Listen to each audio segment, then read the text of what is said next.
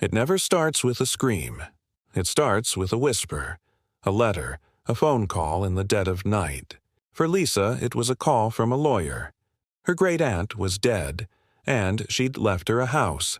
Not just any house, the Blackwood House in the town of Elmswood. Lisa was a journalist. She hunted for truths in dusty archives and forgotten records. She thought she was rational. But even the most rational minds have a locked box of childhood memories, the ones that don't quite fit. Elmswood was hers. Driving into Elmswood was like driving into a photograph that was slowly fading. The air felt still, heavy. The few people she saw didn't wave. They just watched. The real estate agent, a man named Abernathy, met her with a smile that didn't reach his eyes. He gave her the key. His hand was trembling. Just a little. He said, "The house has a history, you know. The townsfolk, they're superstitious. They say the old asylum, it didn't just treat the sick, it made them." He trailed off as if saying more would be dangerous. When Lisa turned the key in the lock and stepped inside, the smell hit her first. Dust and decay. Yes, but underneath it, the faint, sweet smell of old medicine. She decided to vlog the experience. A document. A way to stay grounded. She walked through rooms full of sheet-covered furniture, her voice echoing. Okay, it's bigger than the pictures. Definitely a fixer-upper. My great-aunt was clearly a collector. She found a photo album, and in it, a picture that stopped her cold. Her great-aunt, young and stern, standing next to a man in a doctor's coat. They were in front of the massive gated entrance of Elmswood Asylum, and someone had taken a knife, or a fingernail, and had scratched out the doctor's face. As night fell, the house began to speak. It started as a sound she could almost ignore, a faint scratching inside the walls. Rats, she thought. It has to be rats. But the rational mind only stretches so far. She followed the sound to the master bedroom. It seemed to be coming from behind the wallpaper. A section of it was already loose. She pulled it back. Beneath the paper, the plaster wall was covered in a drawing. The same drawing, over and over. A spiral. And inside it, a single, unblinking eye. As she stared at it, her camera feed glitched. The screen filled with static. And in that split second of distortion, she saw it. In the black reflection of the window, a pale, gaunt figure standing right behind her. She spun around. Nothing. The room was empty. Her heart was a hammer in her chest. And then, the scratching stopped. The house fell utterly silent. And a new sound took its place. A whisper, so quiet it seemed to come from inside her own head. Lisa. It whispered her name, and as it did, her phone, her flashlight, her only source of light, died, plunging her into a darkness that was no longer empty. It knew her, and it was happy she was home. The next morning, the sun did little to chase away the chill. Lisa, sleep-deprived but determined, decided the town held the answers. If the house had a history, someone in Elmswood had to know it. Her first stop was the local library, a small, musty building that seemed to sag under the weight of its own secrets. The librarian was an elderly woman with eyes that had seen too much. When Lisa mentioned the Blackwood House, a flicker of something, fear, maybe pity, crossed the woman's face.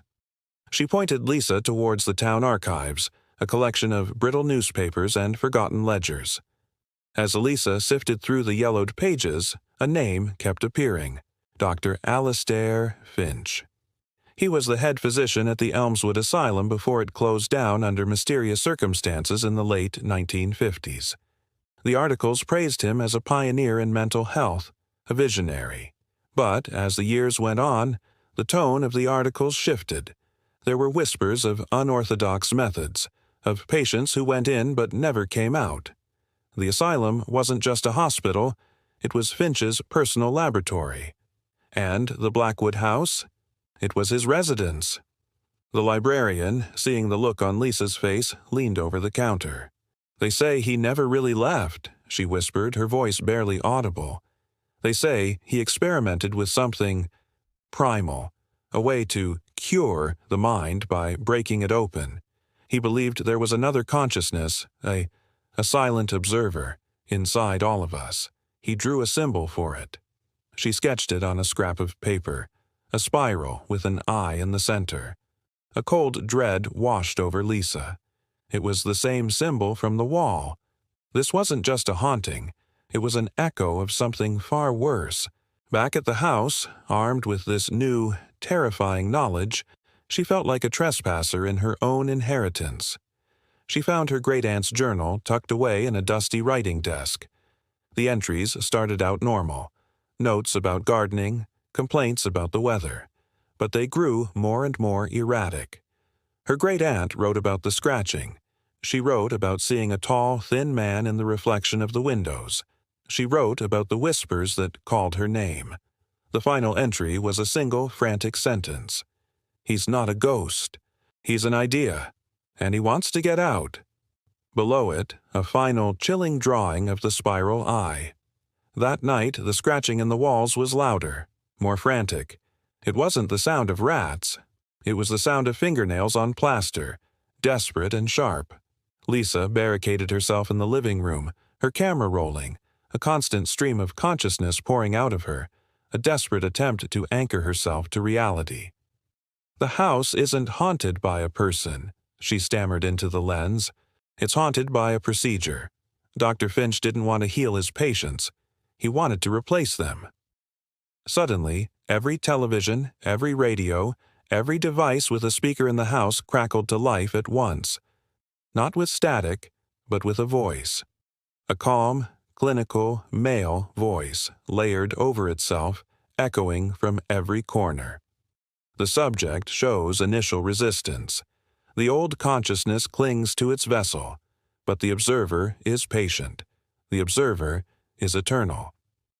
The lights in the house began to flicker in a rhythmic pulse, like a slow, steady heartbeat.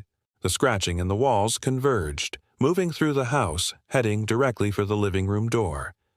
It wasn't inside the walls anymore. It was in the hallway. Lisa backed away, her camera shaking wildly, her breath catching in her throat.